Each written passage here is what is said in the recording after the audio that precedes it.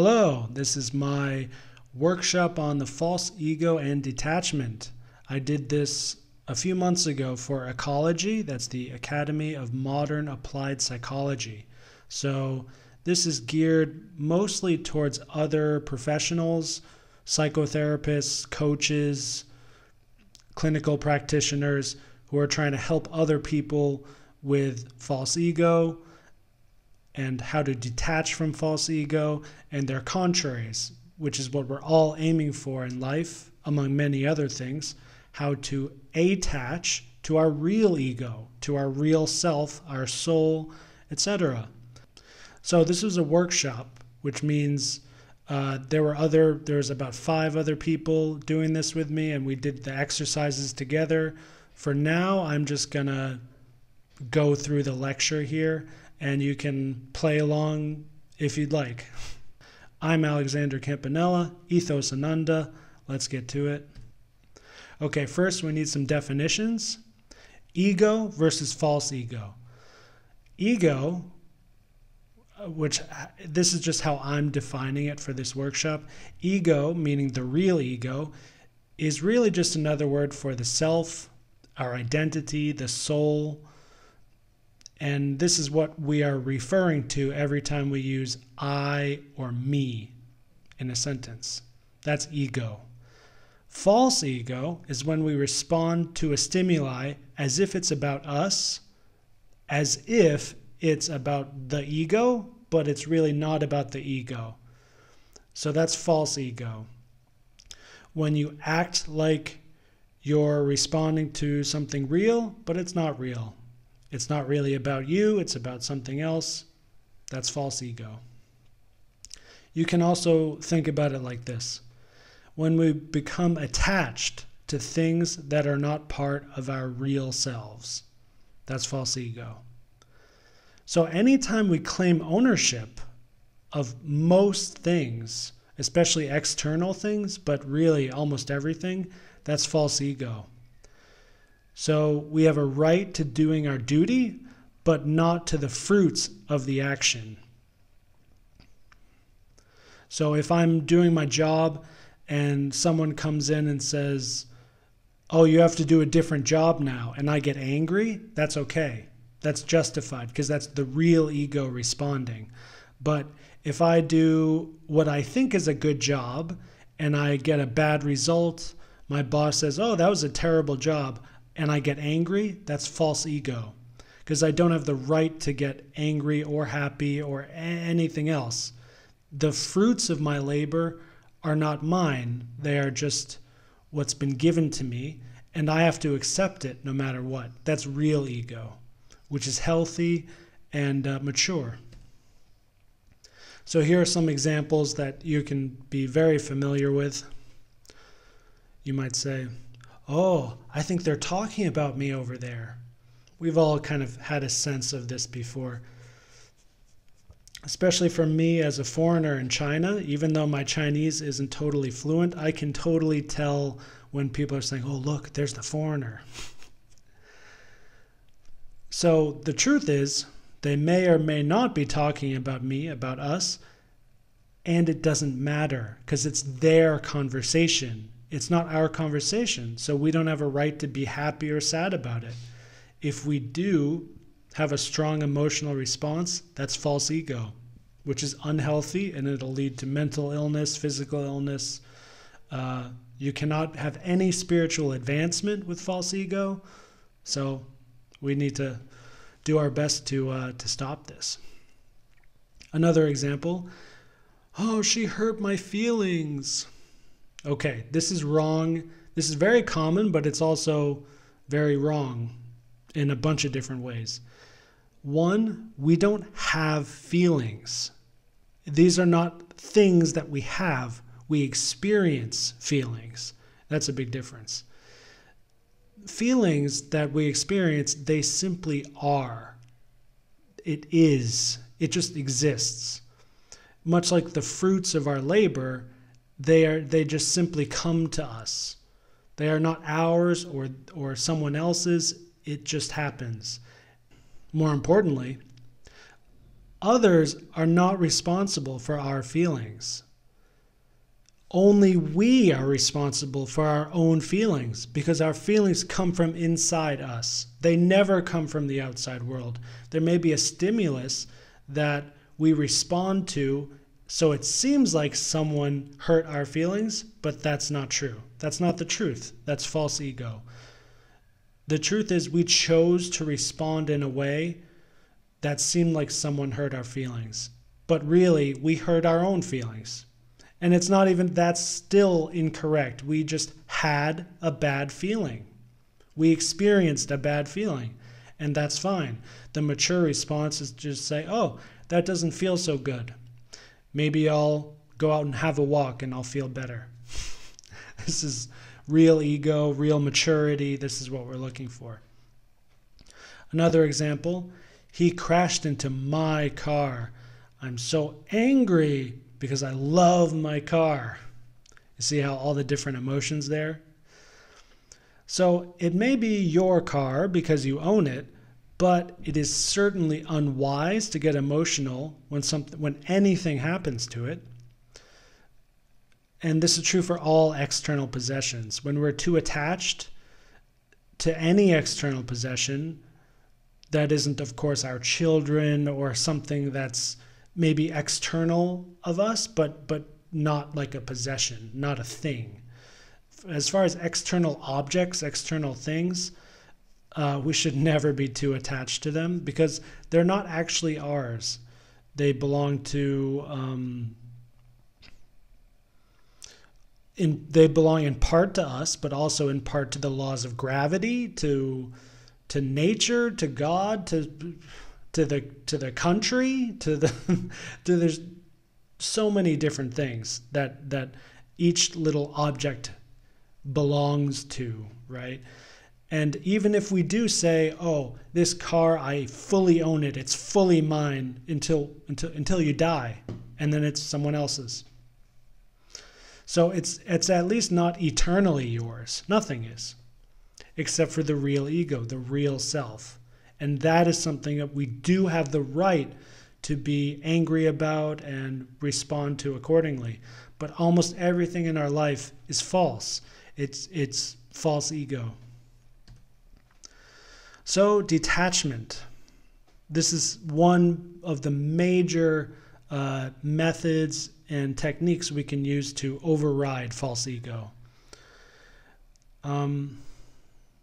Detachment is, of course, a general word which applies to many different things, but normally in a coaching context or a therapy context or a Buddhist, Hindu kind of context, we're referring to detachment from outcomes or expectations, or detachment from the fruits of our labor, the fruits of karma, as opposed to the karma itself, the action, which is what we do have a duty and responsibility for, but the fruit that comes from the karma, whether it's a sweet fruit of karma or a bitter fruit of karma, it's not ours, and we have to detach from the emotions relating to that and just simply enjoy the fruit. If it's sweet, if we have good karma, it's easier to enjoy. If we have bitter karma, it's more difficult to enjoy, but we actually have to find a way to enjoy it somehow, or at least to accept it because we deserved it. As we work or play towards some desired end, if we are attached to that end, we'll feel happy when we get it or disappointed when we don't. If we're very attached, we can get into a lot of trouble psychologically when we don't get what we want. This is where so many problems in the world come from, especially war and so many other things. If you're very attached to something, someone, and it's taken away from you, you're going to go nuts. You could get violent. You could get so bewildered that you do something stupid. And this is all false ego.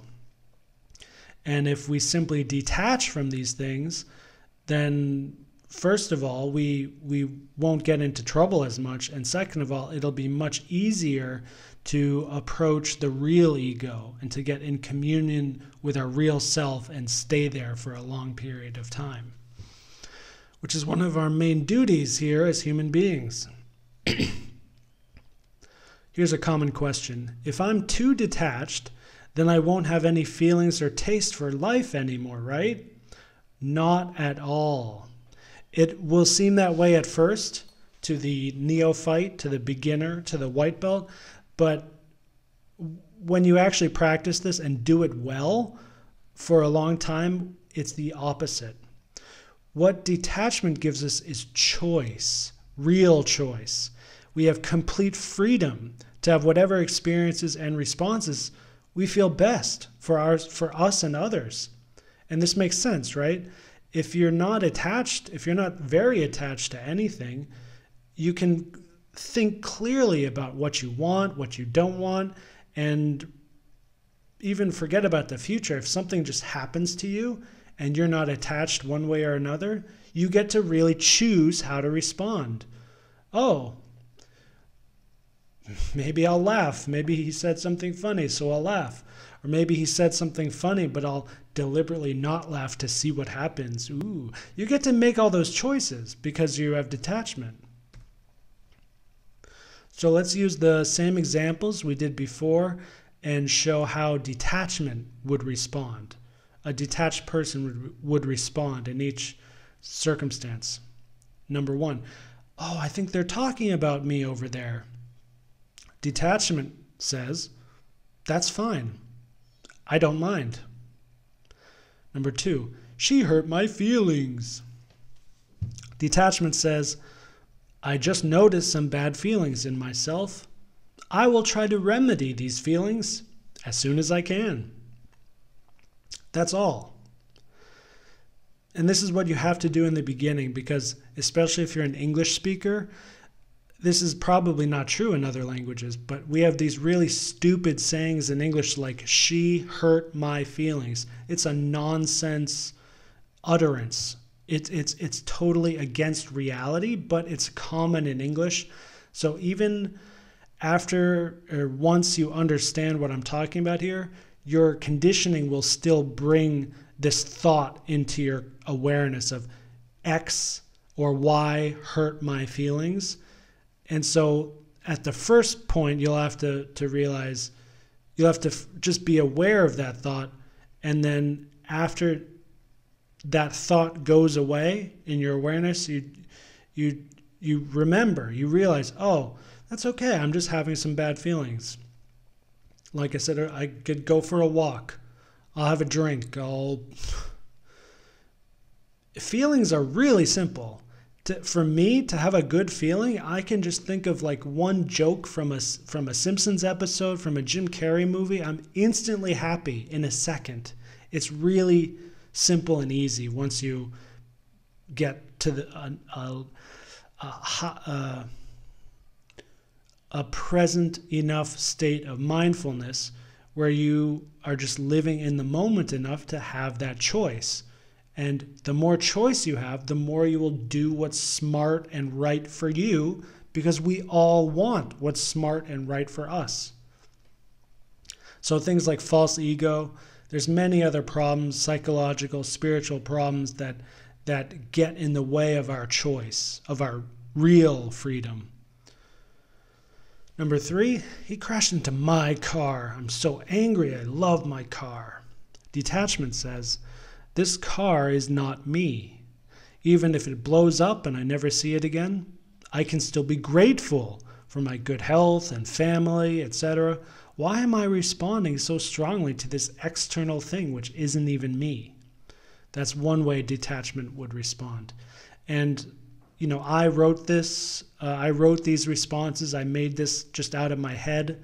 And there's many different ways detachment can respond for different people and different personalities, but these are examples of how I would actually respond. And, I'm trying to make these examples so that many people can relate to them.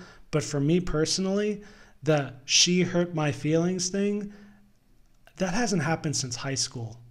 Like those words, they don't come in my mind anymore. I'm just totally beyond this sort of thing. But I know it's a very common thing still, so that's why I did that example. I'm also not attached to external things anymore, but I do have this thought sometimes, where like if my computer doesn't start up or if there's like a little glitch, I kind of shake for a second. It's just a second, and then a second later I go, oh, yeah, it just needs some time or whatever else, and then the problem goes away. This too shall pass. That's another way detachment responds. This too shall pass. That's detachment. So where we're going to is liberation, complete liberation from the material world. That's actually where this is going. It's not just a gimmick, a self-help gimmick. You can think about it that way if you like, or as a psychotechnology. You can think about it like that if you like.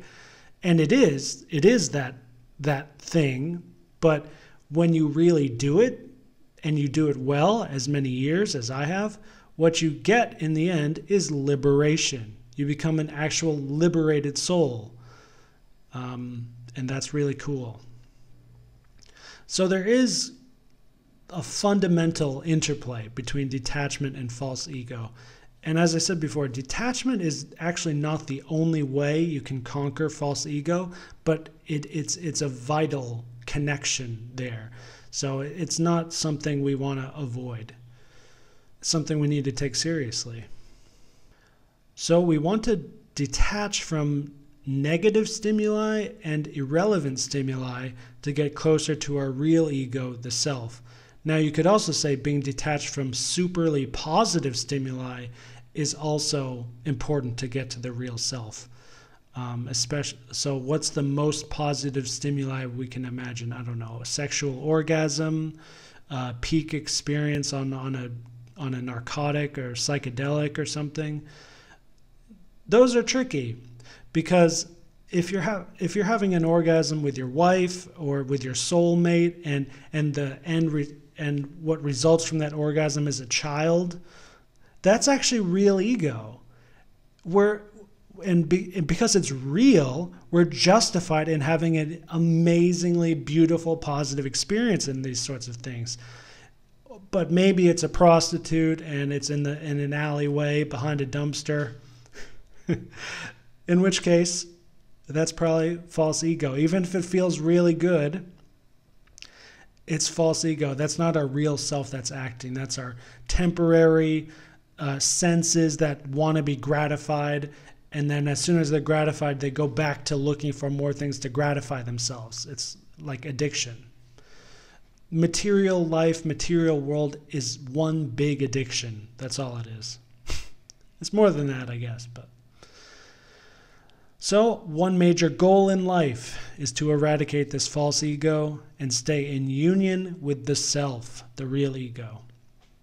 In this state, we have complete control of our experience and consciousness. So here's a simple exercise. I designed this as a blueprint. So this is in general. Now, if you're a CBT practitioner, you'll apply your own kind of techniques based on this blueprint. If you're an NLP practitioner, which I like to focus on, you'll think about it in a slightly different way. It'll manifest differently with your clients or with yourself. But here's a very simple process. Just recall a recent negative experience. Can be literally anything. Just something that happened recently, so it's good, it's clear in your memory, and negative. Something that didn't happen how you wanted to happen or it just felt bad, whatever. Play the movie in your mind from the beginning and then play it kind of slowly at first. Stop as soon as you feel bad. At this moment, what do we want to do? We want to find the origin of that bad feeling or response, accept it, that is, detach from it, and then choose or imagine a better way to respond, and then play back that experience in our mind with the better response. So here, what we're doing is we're practicing where to detach, where we should start practicing detachment, And on top of that, how we can practice attachment to our real self. Here in this example, in this method, our real self is the one who's choosing and imagining a better way to respond and then doing it. That's what our real self does. That's what our soul is constantly begging us to do, is to just play the infinite game of evolution, self-evolution, self-realization, self-improvement, etc. That's the real self. So to find out the origin of that bad feeling or response, it could be something else said, which I would classify as auditory external, that kind of stimulus. Maybe it's you had an expectation to see something and then you didn't see it, visual external. It could be a purely kinesthetic, just a feeling or a sensation. Yeah, maybe you just fell down and you hurt your arm and then your arm feels bad. That's fine. And then acceptance. So acceptance means we affirm the real self and reject the false ego. Now, by this I mean, well, we first have to accept that the false ego is there, and that's why the problem happened. And then after that, reject the false ego in the future. Reject the inferior way of responding and affirm the self. The self is pure freedom, pure choice. Maybe not pure freedom because we are, well, we're not God. Anyway, so in the first example I mentioned here, if it's someone else said, something someone else said, you can accept it by saying, they have the freedom to say whatever they like, and I have the freedom to respond however I like. Which is true. It's universally true. And it's real. That's how real self responds. Now, how you word that may be different in Chinese or English, but this is clearly true, right? And universal. That's how we know we're getting to something real. If it's something you didn't expect to see, you could say, hey, guess what? The universe doesn't owe me anything. So I should try to expect less in the future. That's practicing detachment, and it's also affirming the real self, which knows nobody owes me anything. In fact, I owe others so much. I should be living my life more in service to others. That's real self. So for just practicing detachment, we really only need to do steps 1 and 2. Just think of something negative that happened, find out where that stimulus came from, and accept it. That's all you need to practice detachment. Steps 3 and 4 is generative. That's how we can be creative about this and to progress a little bit faster in our own evolution and growth. All right, so in the workshop I did with other coaches, this is when we would actually do it, and that was fun. All right, here's another thing we can think about: how to pick out ego in language, different language patterns, whether it's written or spoken. I mean verbal language. So many of you may not know that there are sensory-specific words we use that actually correspond to what our brain is doing. So when I say, oh, that sounds good, sound is an auditory word, and it's indicating that the auditory part of my brain is actually being active in what I'm talking about when I say that sounds good. It's like I'm literally hearing something in my mind and it sounds good. There's also, visual words like, oh, I see your point. And then there's neutral words like I understand. There's no sensory specific correlation there with understand, know, comprehend, etc. But oftentimes we don't actually use these words. We use sensory specific words, and we all typically have a dominant sense that we like to encode the world in. For me, it's definitely visual. Even when I talk about music, I say, like, what's a good example? Maybe music is difficult because it's so auditory, but like, oh, that's brilliant. Brilliant is sensory specific. It describes a character of an image. Brilliant, bright. These are actually visual words.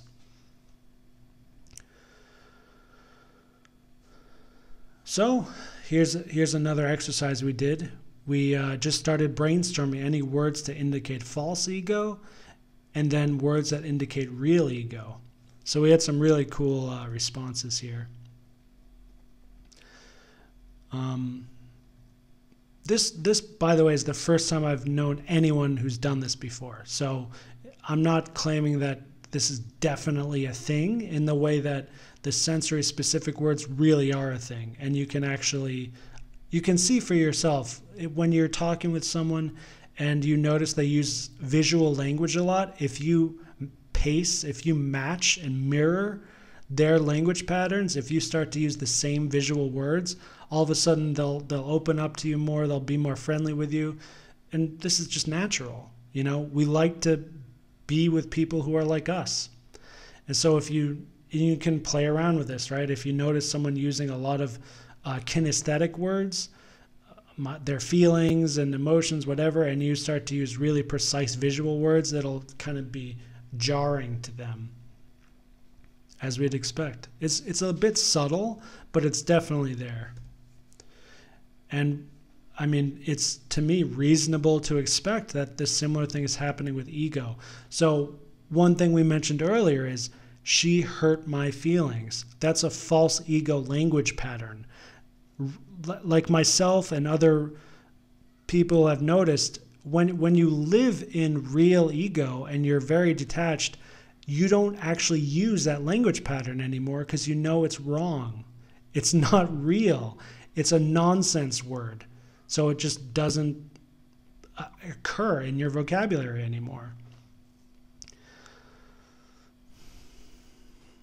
And then we also did this exercise for words that indicate attachment and then detachment.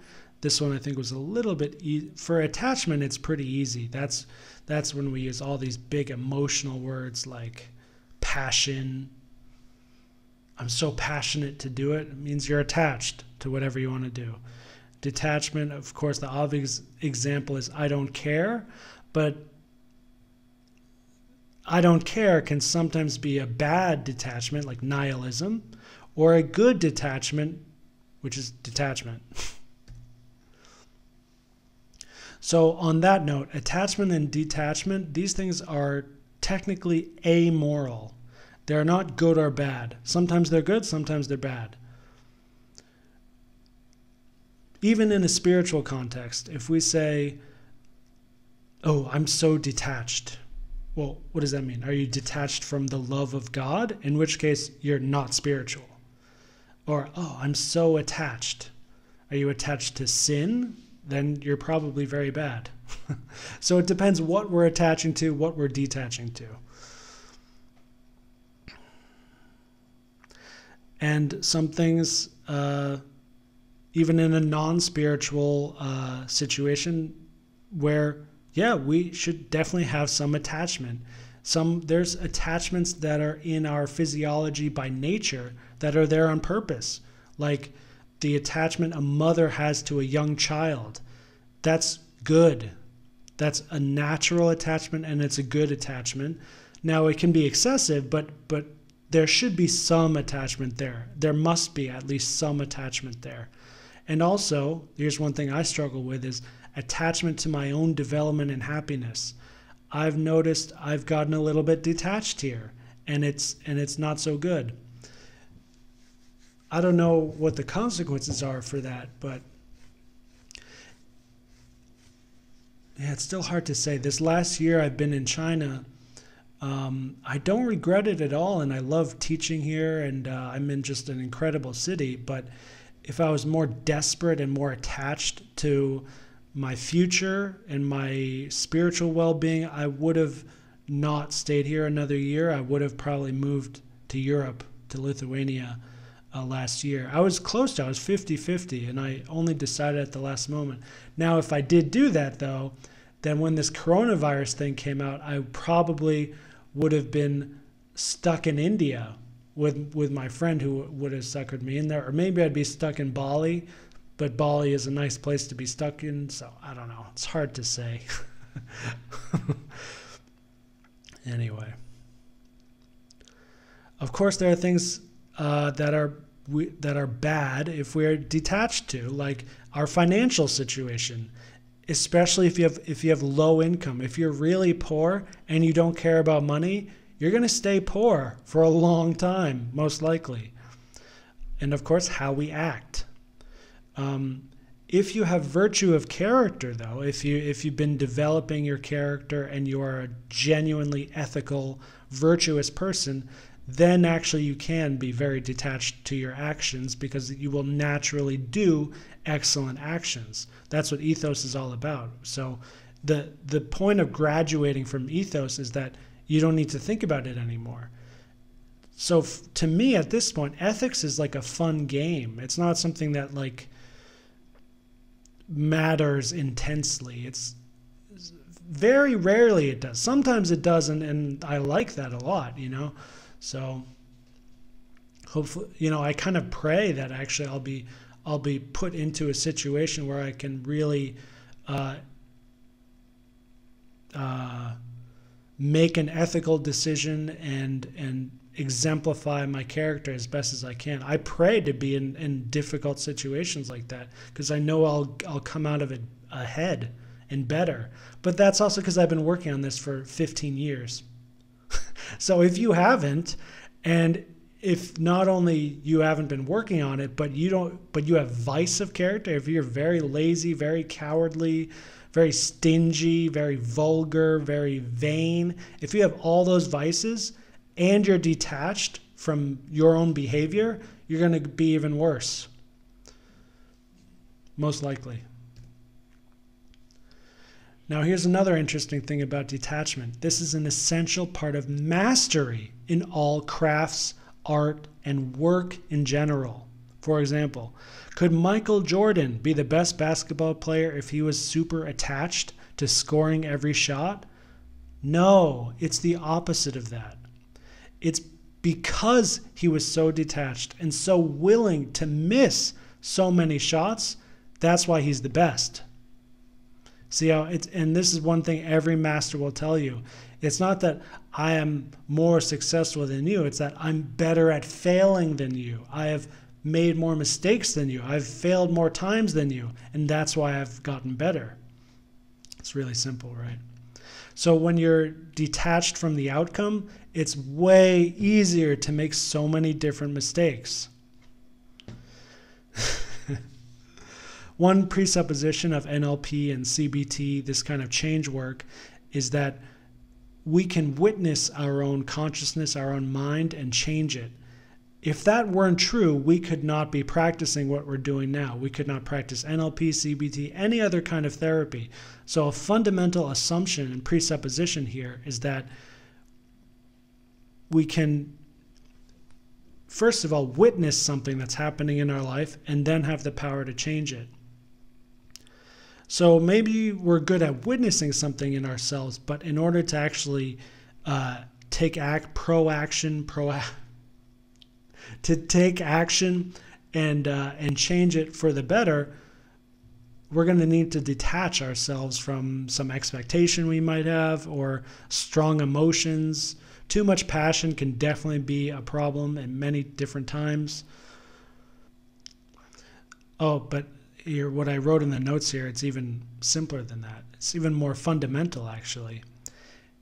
In order to actually witness our own consciousness, in order to even begin being mindful, we must be detached first. Otherwise, we can't actually see what's going on. Or maybe we can see, but it's colored by our attachments. For example, driving around China. So I'm really attached to our Western and, to be honest, much better and more grown-up way of driving, where you pull up to an intersection, you stop, you look both ways, and then you go. In China, they just go, and they don't even look. And so because I'm really attached to my way of doing things, I get upset, and I get bothered and agitated when I drive around town here. And so even when I start thinking about these experiences driving, if I want to start working on it to make it better, when I think about it in my mind from that attached perspective of, I know the right way, and this is how I do it, and this and that, I can't actually see what's going on in my head clearly. But when I detach from that, and I say, okay, I just want to go from my apartment to my school without any problems. How can I do that? Then it's very clear what's going on. And what I've learned is to just be more Chinese. I'm in China, so the safest way is to fit in anywhere you are is to just do what the locals are doing. And I'm close.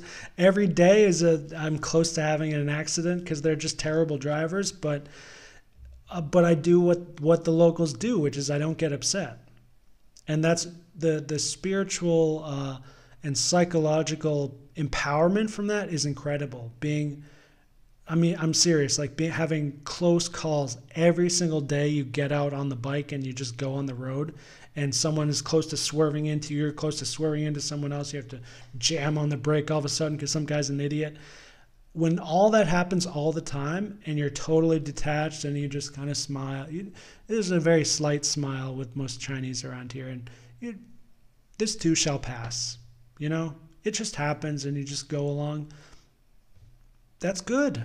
Now I can get on with my day and I can do what's more important, like teaching, and not have such a terrible time driving that I go in to start the class and I'm already pissed off, and then the students are pissed off. That's negligent. That's like, now that's so bad that, it's starting to affect my work. So, these things we can really take seriously. We should take them seriously. Okay, so this topic of detachment and false ego, it basically comes from Bhagavad-Gita, as it is, by A.C. Bhaktivedanta Swami Prabhupada. So in the Gita, Krishna talks about in very precise details about false ego. And the practice we're talking about with detachment is called karma yoga. And karma yoga, as it's explained in the Gita, is way more clear, actually. To be honest, for me, it's a much better explanation of everything that we've been talking about today so far. So I'd recommend you read that. So why didn't I just talk about Bhagavad-Gita the whole time? Is because this is designed for a universal secular audience who maybe has never even heard of the Bhagavad-Gita. And I also wanted to give modern examples in English, like She Hurt My Feelings and My Car and this sort of thing. So that's how this came about. But the real science of detachment is karma yoga, and the Bhagavad-Gita is perfect here. That's an old link to my study course on the Gita. You can read the Gita for free on the internet, but I do recommend you first read my very short study guide on how to read it, because it's a 5,000-year-old text, and if you're not used to reading ancient texts, it might be difficult or intimidating or something. So I've got a study guide on the best way to read it that's really painless and fun and good. So go to ethosananda.com, and at the top just click on books, and then Bhagavad-Gita, it's right there. Now, for the methodology, so the Bhagavad-Gita is theology. It's about the philosophy of and ontology of karma and the reality of life and action, the field of action as it is. But for practices and techniques to use to actually, start conquering false ego, that's actually where you want to go to Buddhist sutras, Buddhist texts, Buddhist methods. These are actually the best ancient source. And of course, in Christianity and Judaism, they don't even know what we're talking about is. Ego, false ego? Well, we'll just pray and then it goes away, right? That's true. If you're very good at prayer and you're very sincere, yeah, you can actually totally transcend everything we're talking about here. But 90% of the time you're not, and it's really good to have a sadhana, a practice you can actually do where you actually start noticing real benefits quickly. And another thing I've done is Ethos, the book on Ethos.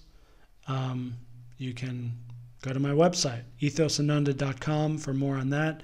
Definitely get your free 10-page PDF on Ethos. And if you want to start working with me as a coach on false ego or ethos or other things, hit me up. You can go to ethosananda.com and you'll see a wisdom coaching on the top there. Click on that and learn more. Cheers. Don't stop seeking. Bye.